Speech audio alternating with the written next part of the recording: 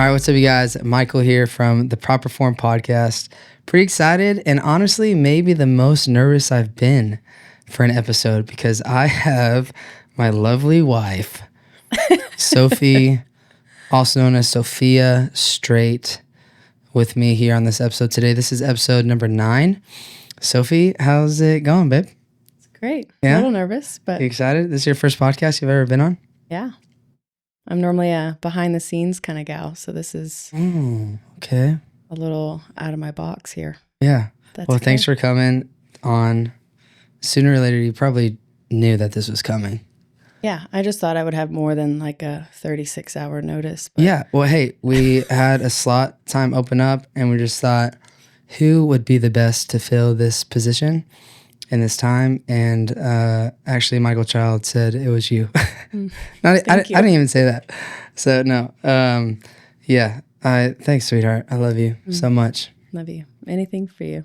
Thank you. I'm sorry that comes with good and bad. All right, so Sophie Streight. We're going to talk about, of course, how we met, a little bit of background of Sophie, her life, our crazy life with our awesome little boys, and more. But here's some things that define Sophie. We're going to try our best to not cry, but it's okay if we do. It sure is. And we're going to be real. We've gone through a lot of life together and before we even met each other. So Sophie Streight is a wife to me. Michael Streight, she's my bride. She's a mom to 6. We'll talk more about that, I'm sure. 2 of which are on this earth with us, Jeremiah and Josiah. Jeremiah is 4 years old. Josiah is 3 years old. They're about to be 5 and 4. So they are 14 months apart. Sophie is a sister to 5 brothers. Lord have mercy. I'm sure we'll talk a little bit about our dating story, but Sophie and I broke up multiple times, all due 1,000% to me. So her having 5 brothers and a very fearfully loving father, there were some moments that I was very scared, but now I love them. They love me. I think she can back me up on that. Sophie is also a salon owner, an entrepreneur. Her and my sister have Salon 31 here right in McKinney, Texas, actually attached to Luxury Lifestyle Training. If you haven't seen the space, it sounds like really weird, but there's actually a third door to the front of our suite where we kicked out an interior wall to meet right at that door entrance. So they have their full own entrance and exit into their salon studio. They've got 3 awesome chairs in there. Some beautiful photography was done again by Michael Child. But check out their Instagram page, Salon 31 and Co. Yeah. I think. You can also follow Sophia Streight. I think. Yeah. Just type in Sophia Streight. Streight, not STRA.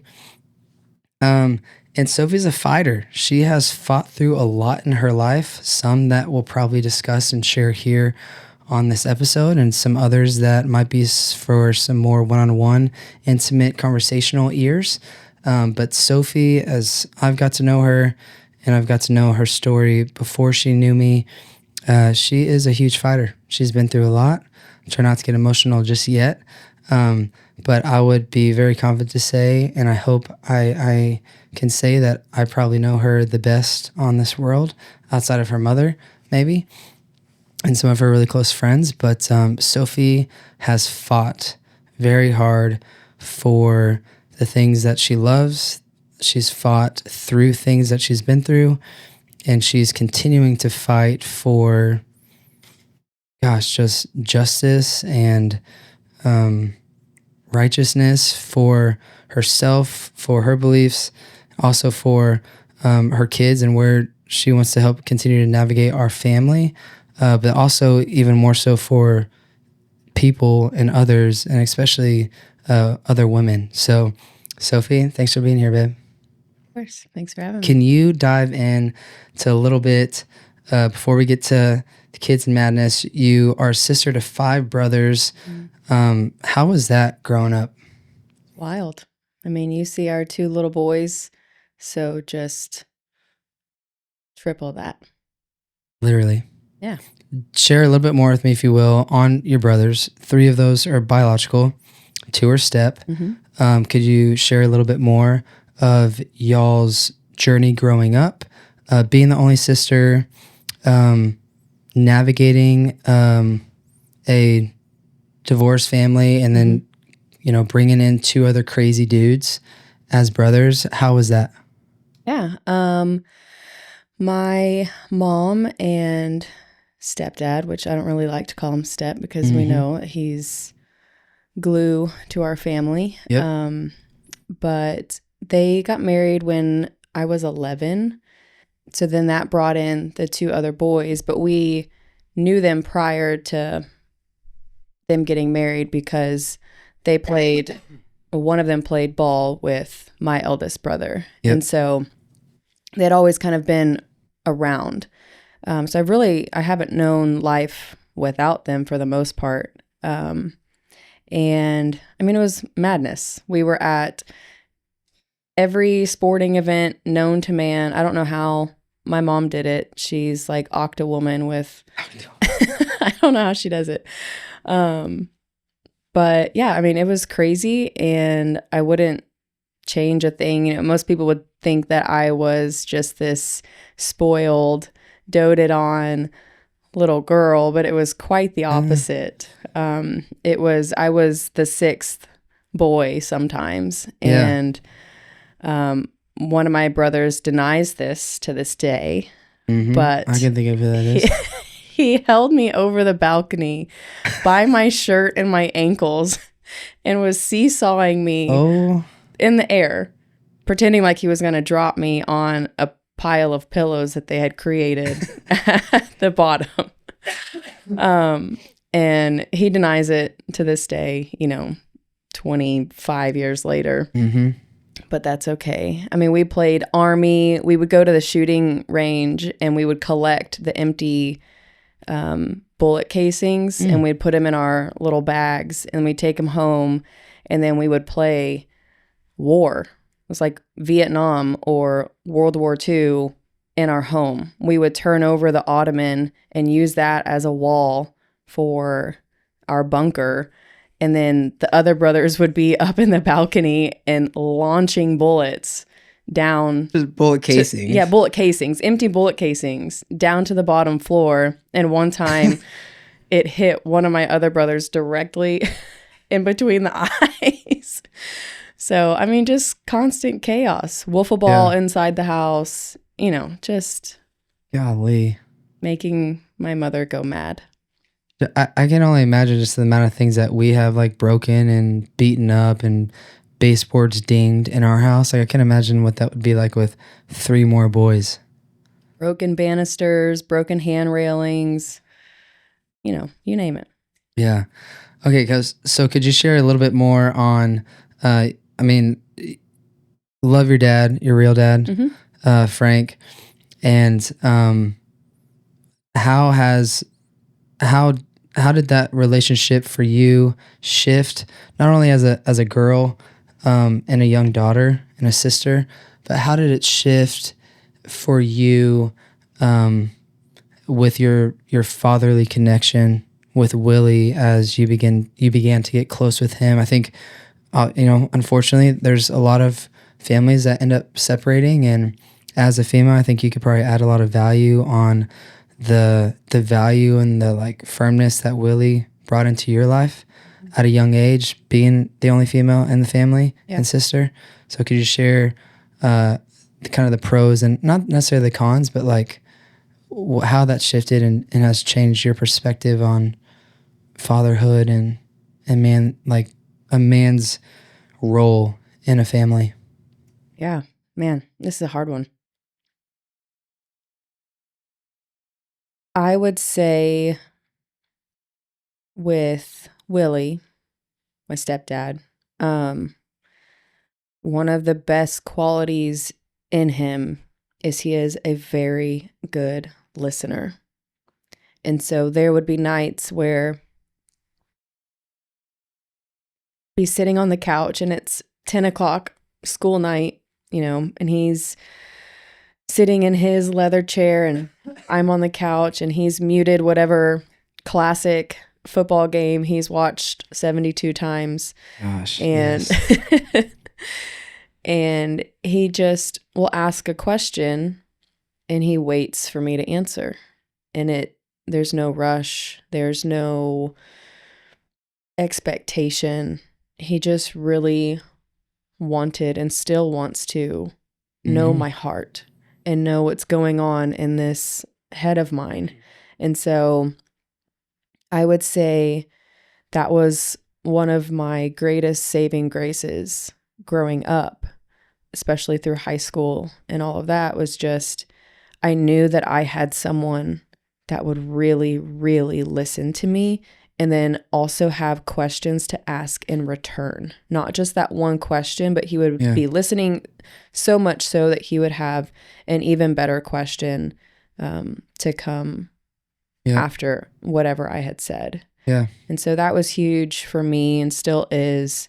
And then with my real dad, Frank, he is such a gentle soul. And there's so much to that story to unpack. I mean, we could have 47 episodes just on the whole dynamic of it all. But for sure, he's just, like I said, he's just so gentle. And I think it's true what they say of you don't know what you don't know.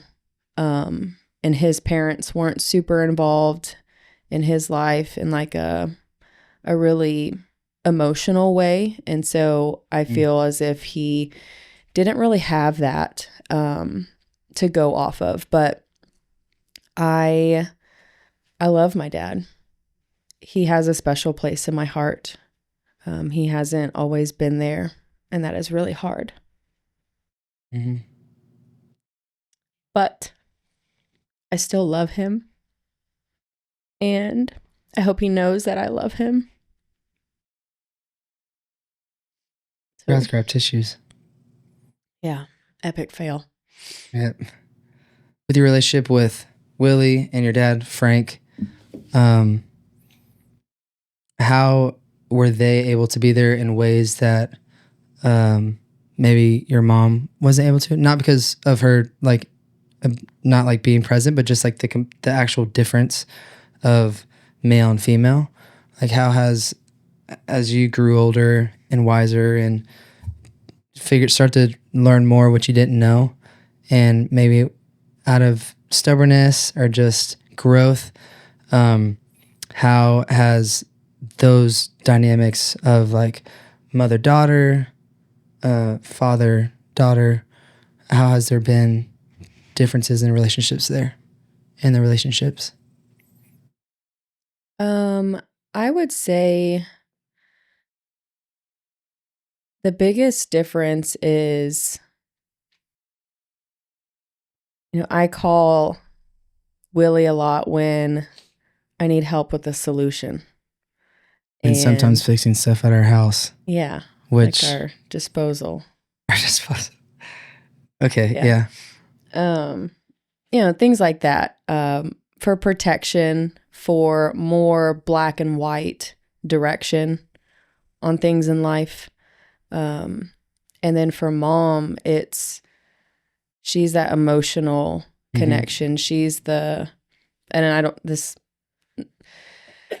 like if I need that shoulder to cry on and I don't need to even say a word, but just to be, that's who my mom is going to be.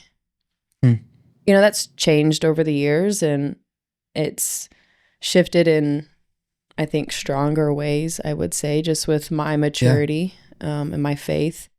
I love spending time with my mom. It's always a good time. But she's definitely more of that emotional, nurturing connection. And then I would say the father role is I need a solution. I need black and white.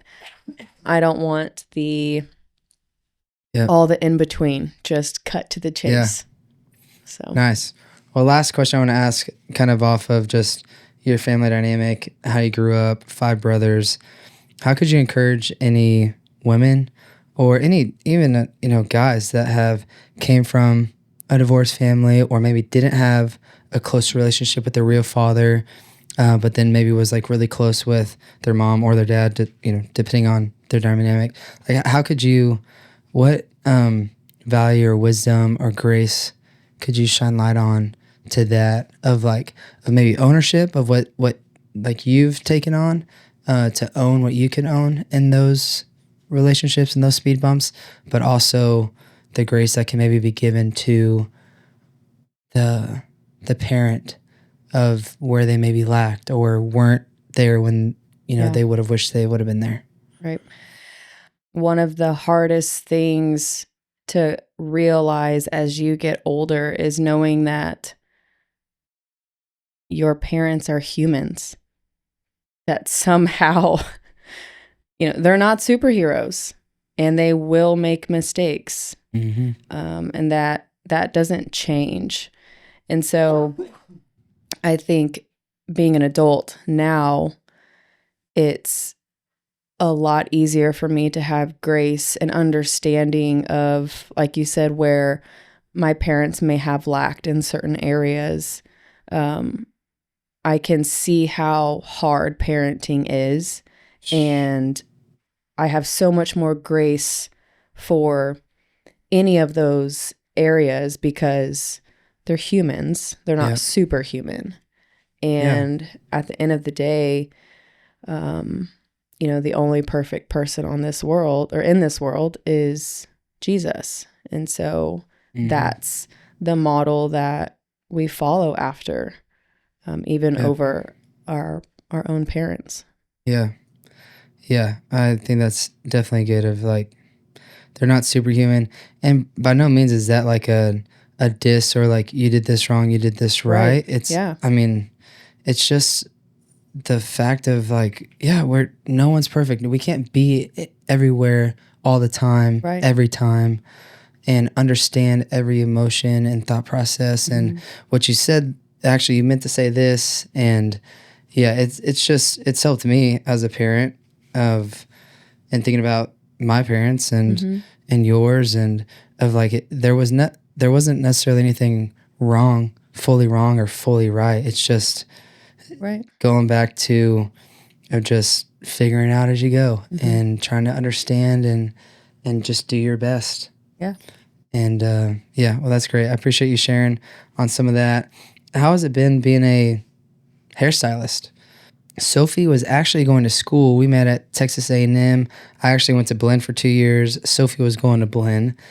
And her degree track and goal was to be a nurse. Yeah. And you stopped doing that as we started dating, and you met my sister Emily, who's really old, my second oldest sister, and she was a hairstylist. She only does hair. She's a hair cutter. Yes. She cuts hair. She doesn't do... She's a cutting specialist. Cutting specialist. Thank you. That just sounds like cutting specialist. Yeah. Very interesting. But she is a rock star with hair cutting, but she doesn't do color and extensions like you do. So can you share a little bit on how you pivoted and ended up going that way instead of nursing?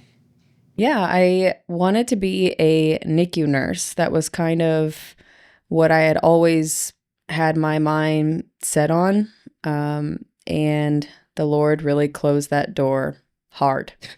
So I was, and fast. And getting ready to graduate and knowing that we wanted to be married, it was really scary not knowing where to go, what to do with my life as far as career choices go. And so I will never forget, I was sitting in church and we were having a moment of silence, stillness prior to the sermon. And I just asked God to show me some sort of direction because I was completely lost. I had no clue what I wanted to do at that point. My plan B was to become a career personal trainer and just keep I'll hire you. Keep that train going because that's what I was doing at the time. And it's like, okay, well, I mean, I like what I do, so I guess guess this is it. I don't know. It just felt really foreign to me. And so I was sitting in church and I was asking God to just give me some direction. And then later that afternoon, I was in Houston and I was helping my mom clean out her closet. And I get a call from Emily. I was like, hello? And she says, I've got it. I know what you need to do. I was like, what are you talking about? She's like, for a career. She said, you should be a hairstylist. She's like, you have a natural eye for it. And I think you'd be great. It's like, okay, that's so out of left field, but stranger things have happened, I guess. So I started doing some digging, and then I did a couple tours of some cosmetology schools. And the moment I walked into the Aveda school, I knew I had this full peace come over me. So it was really cool how I had asked God earlier that day to give me some direction. And then Emily called and I was like, okay, that can't be a coincidence. Yeah. And it just felt right. So. Yep. Yeah, so now you guys have a beautiful salon space, 3 chairs, just y'all two right now. You guys use that 3rd chair a lot for processing of clients. Emily does cuts. You do cut, color, and extensions. If correct me if I'm wrong, if most of your clientele is probably a lot of color. Yeah. And it works synergistically. A lot of Emily's clients that want color go to Sophie now. Yeah, that's right. I am so not smart, nor have any desire. I'd probably rather like pull my fingernails off to learn and understand chemical processing on color and all that. But somehow Sophie, I'm not just saying this because she's my wife, she has done so many color corrections and gained so many new clients, whether she's wanted them or not, off people literally coming to her crying, bawling, terrified that their hair is green or orange or yellow, and somehow color corrected their hair without frying it all off. So like, when did that click for you? How does it click for you on doing color? And when someone comes in with a vision and idea, how do you navigate that to bring reality to the actual timeline of like, oh, I'm black and my hair is black, but I want to be bleach blonde. Like, how do you navigate that conversation of like, that's not going to happen today? Right. Yeah, it can be a little tricky. You definitely have to know your color wheel. That's literally very color wheel. Important. Yeah. Okay. It's a wheel and it has all the colors on it. Got it. And you have to know what either cancels out or complements the other color. Mm-hmm. So that's how you correct someone's color. That sounds pretty easy. So if their hair is red, but it's not, you have to put green in it. Yes, I know. It's a little scary. Yeah. But when someone comes in with jet black box dye hair and they say they want to be blonde by the end of the day, I say no. That it cannot happen. Yep. If you want hair on your head, no. Mm-hmm. And so I always, always, always break down the process. I show pictures. I give pricing. It is a very tedious appointment. And I tend to under-promise so that I can over-deliver at the very end of that service. Nice. 9.5 times out of 10, they're pretty happy with their hair. Yeah. Nice little humble brag there. Oh, hey, there's that little half in there. Yeah. Sophie, I wish I had more of her firmness of I'm definitely more of a yes man. Like, yes, yeah, let's do it. And then I'd go into a room and freak out, like, how are we going to actually do it? And then I just figure it out or do my best to figure it out. Where Sophie is just very like, no, that can't happen at all. You're ridiculous for thinking that. I'm not that harsh. You're not, but you can be. And if you need to be, you are. But she, yeah, I mean, I think it's a great trait to have. I mean, yes, sometimes it might be a little intense with me as your husband, but she's very firm, very direct, very realistic. And I mean, I'm bragging on her because she's my wife, but also she's been doing a great job. Like she's way too far booked out, like 8, 10, 12. You said you got people booking all the way out to like Thanksgiving. Yeah, I've had a couple clients plan their schedules around Thanksgiving. And I'm like, whoa, whoa, whoa, whoa, whoa. God, it's not even 4th of July yet, folks. I can't. It's 100 degrees out. So yeah, it's about 8 weeks or so, like a solid 8 weeks, with a little wiggle room here and there. But. Yep. So you maybe need to do a price increase. And yeah, that's a whole nother business conversation. But being that far booked out, having that much success, that is one way to help kind of navigate some of the fluff, so to say. But if you could, Sophie, what over the past 3 years, really kind of since I launched LLT, you guys took the bigger step with the salon studio. Now that you guys are in, what have you learned as a small, I don't want to say smaller entrepreneur, but like if you really wanted to, you could probably take this to another level. Yeah. You're not. I know there's some other reasons there, obviously, but could you share on that of how this has been a sweet spot for you, but you have ambition, but you also have realistic expectations? Yeah, I mean, it's a good, where we are currently located and what we're currently doing with the salon is that sweet spot. It's not too much. It's not too little. It's just right in between. And like you said, I know that if I really took the time and energy to build Salon 31, it would take off. I'm confident in that. Yeah. Emily and I have a great thing going. We work really well together. She's extremely talented. I'm pretty good at what I do. And so I also know that if I were to do that, it would take away from my role as a mother at the moment. And I'm just not willing to sacrifice that just yet. Maybe when the boys are older or something, then I could potentially have more capacity for that. But my first and foremost job role is taking care of those boys. Yep. And so I've learned that it takes a lot of behind the scenes to make a bigger business run. And I just don't think I can do that right now. And that's okay. I don't lose sleep over it. It's not something that makes me feel some type of way. It is what it is. And I'm completely content with that. And the other side of it is you also are running a business and you work your tail off, and there's got to be some give and take. And so we can't both be on the front lines grinding away. Yeah. And I have to be able to allow you to do all the things that you need to do for LLT. And that's a sacrifice that I'm more than willing to make. Thanks, sweetheart. I appreciate that. Could you unpack a little bit more of that? I think, for me, I grew up in a probably more traditional home where my dad worked and up early, out of the house, and then home by dinner.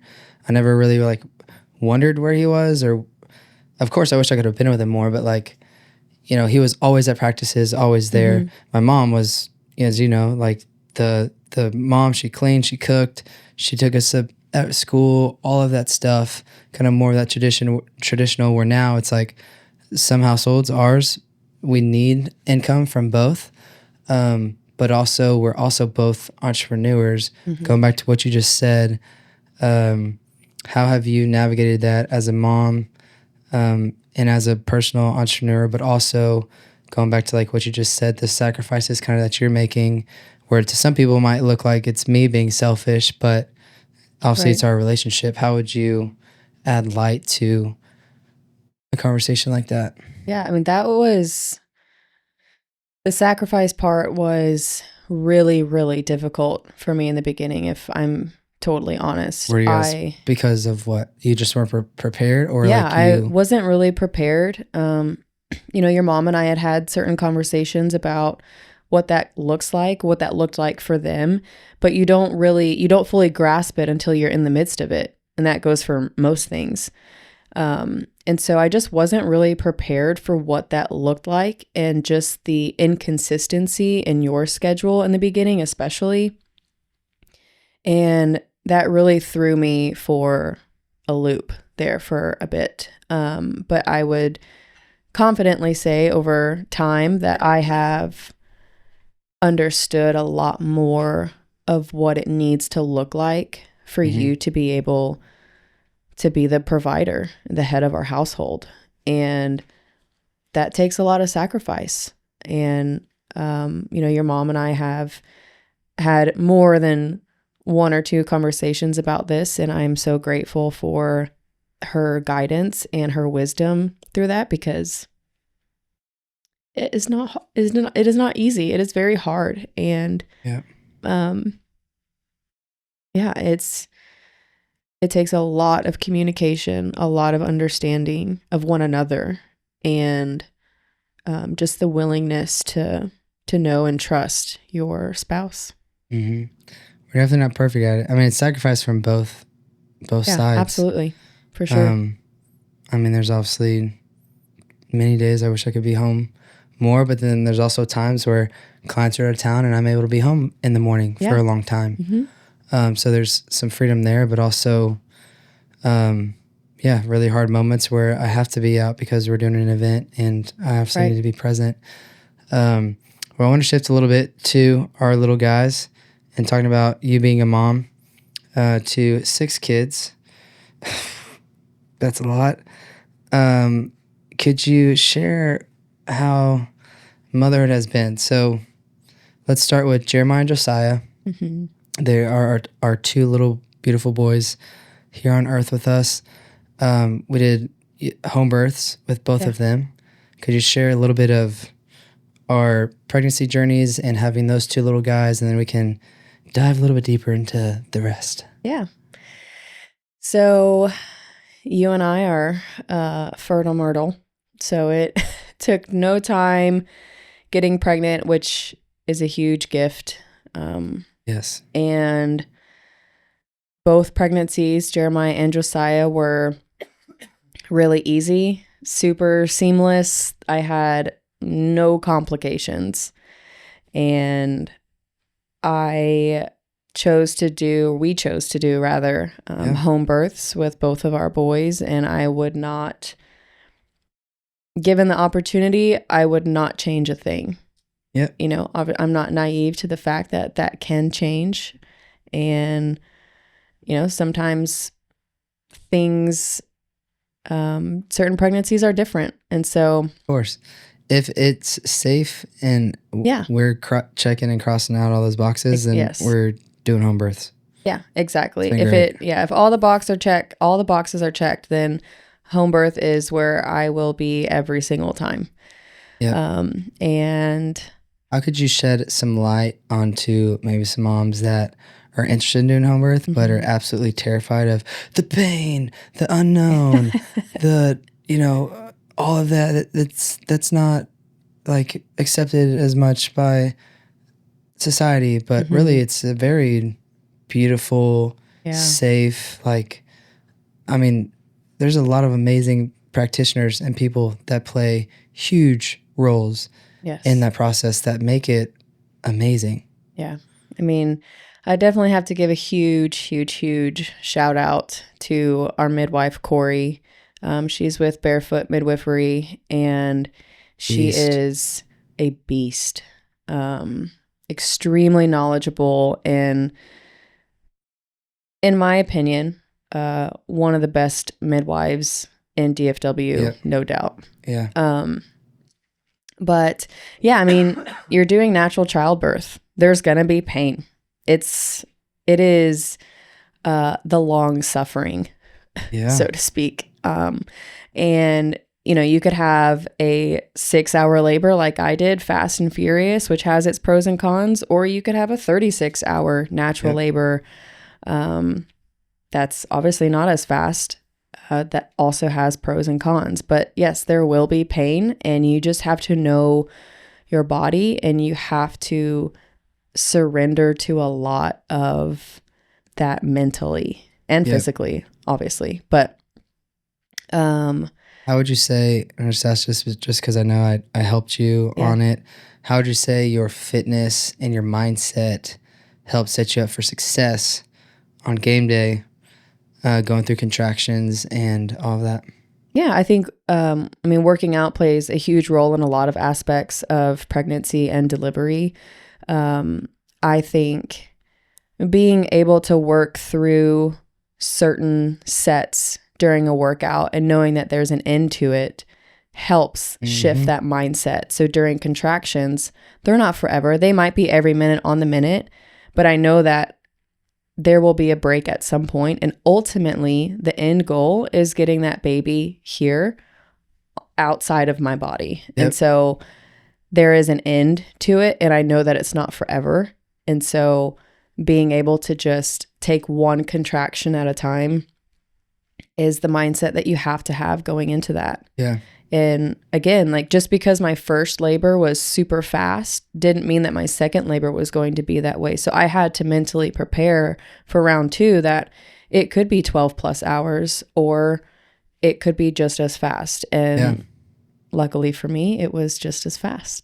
Well, since Jeremiah and Josiah, we've had quite the experience on loss. Mm-hmm. We've, you okay sharing all this? Yeah, it's fine. We've lost 4 little babies.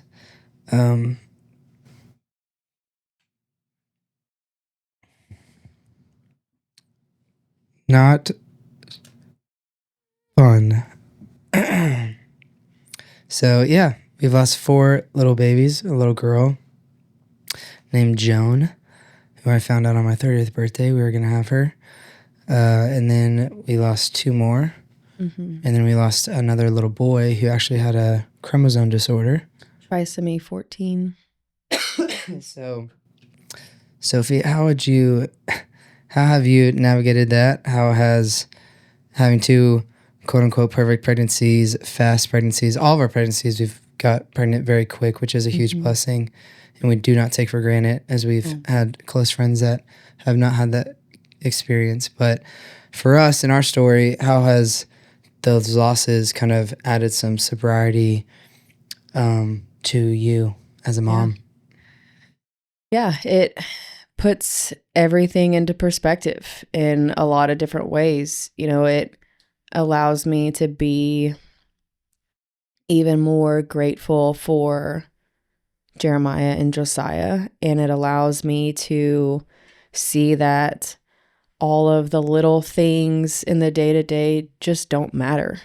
And it's easier said than done for sure, but it has absolutely shifted my perspective on the meaning of life. Yeah.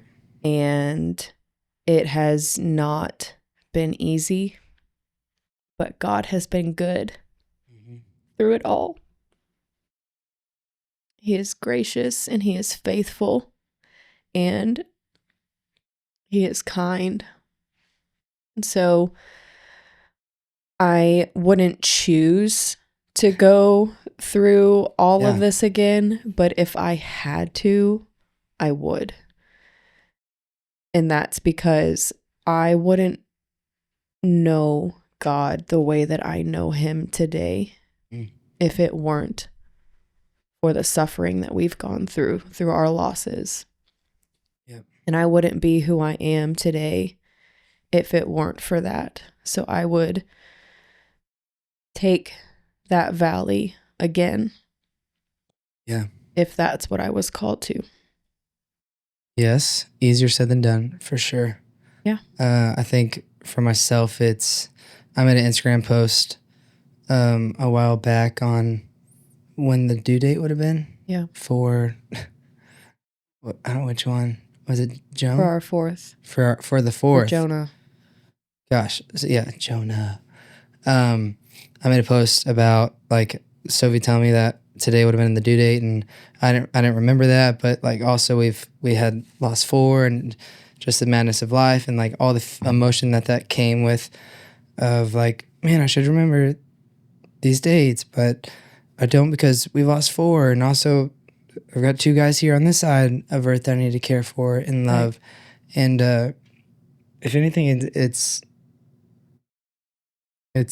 almost made me have more compassion and appreciation for Jesus and for God or with God, rather than kind of like, how could you, how dare you? Just because, maybe going back to kind of what you said, it's made me have more appreciation of what Jesus did on the cross for us, which I know sounds so cheesy, but also like experiencing God in the lens of a father losing his son. Right. In that instance. And that's where I've just, my heart's been softened a lot. As like God as a father seeing his son Jesus on the cross, and it not being fun, and it being hurtful, and like you can feel it to your core. And I think that's why I ended up really like making that post, is because I want to encourage other fathers to be open and honest about the losses of their miscarriages, because excuse me, they need to be there, of course, for their spouse, but it's also okay to be upset and to like I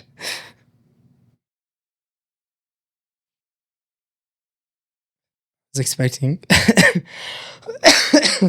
you to cry more on this, not for any specific reason, whatever, because I was trying to be good podcast host.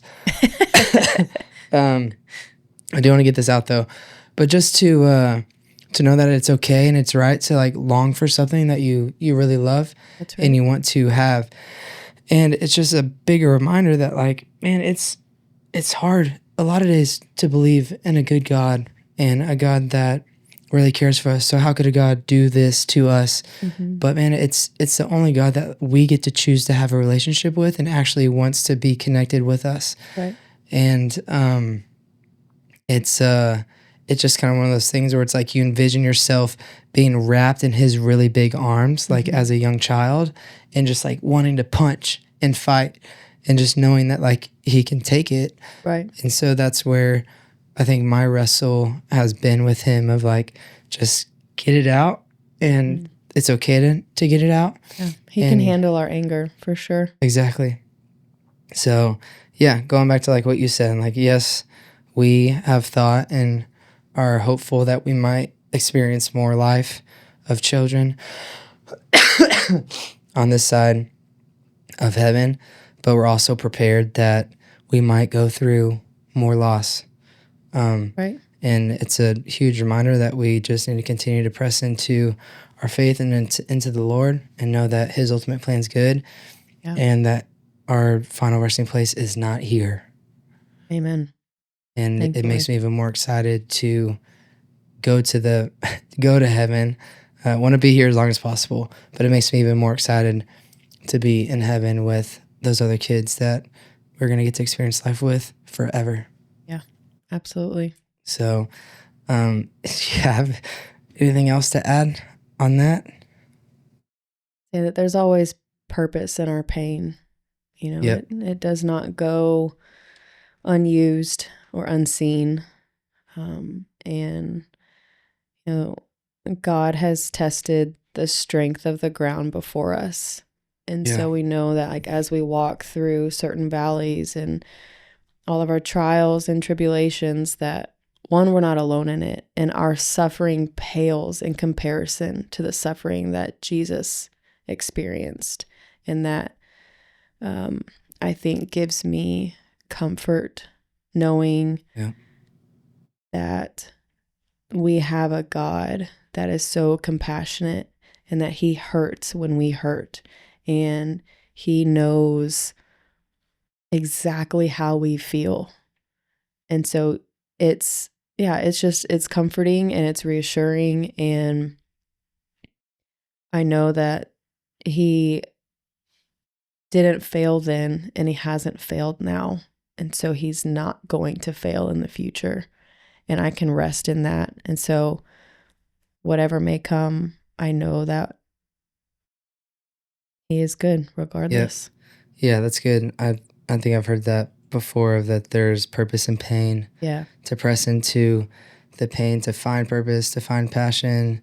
Yeah. And God obviously brings fruit out of that, and is able to do that, and 1000% can. And I think, we've had unbelievably close friends near and dear to us that have experienced loss on an even greater scale. Yes. And being able to press into that pain and those trials with them, it's just, there is a, man, if you've experienced pain and loss and you really press into that mourning and like just let it out, there is a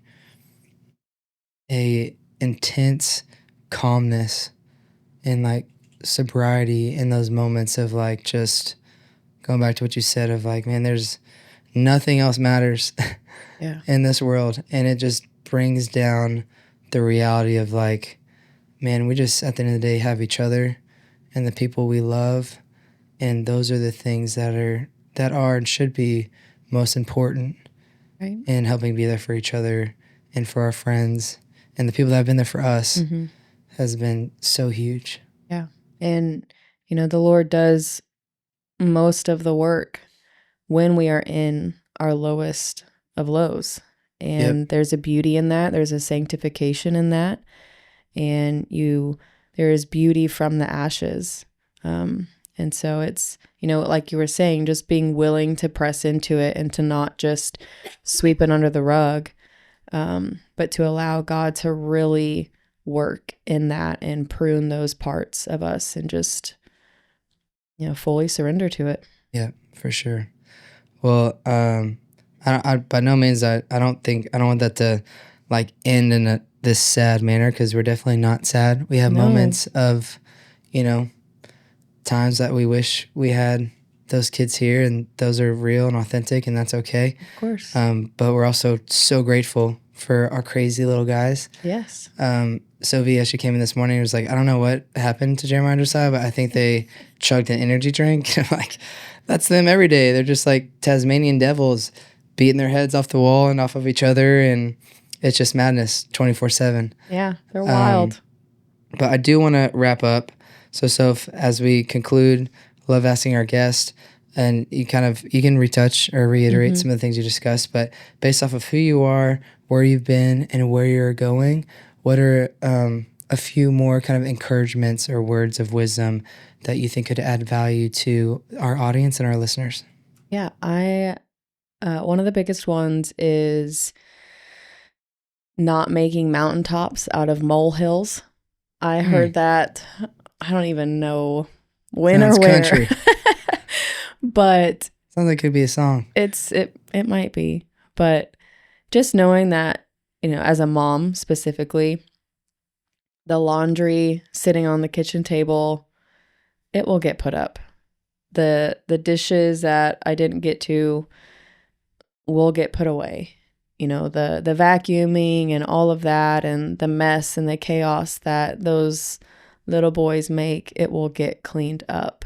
But to just be present, and when they are fighting or they've done something that has really just lit a fire in me, just kind of taking that quick self-evaluation of, is this really that big of a deal? Do I really need to be worked up about this or feel anxious about it? The answer is most likely no. So don't make a mountain out of a molehill. Got it. Yeah. That's good. Yeah. And then the other one I'm going to read from my phone because I can't memorize that.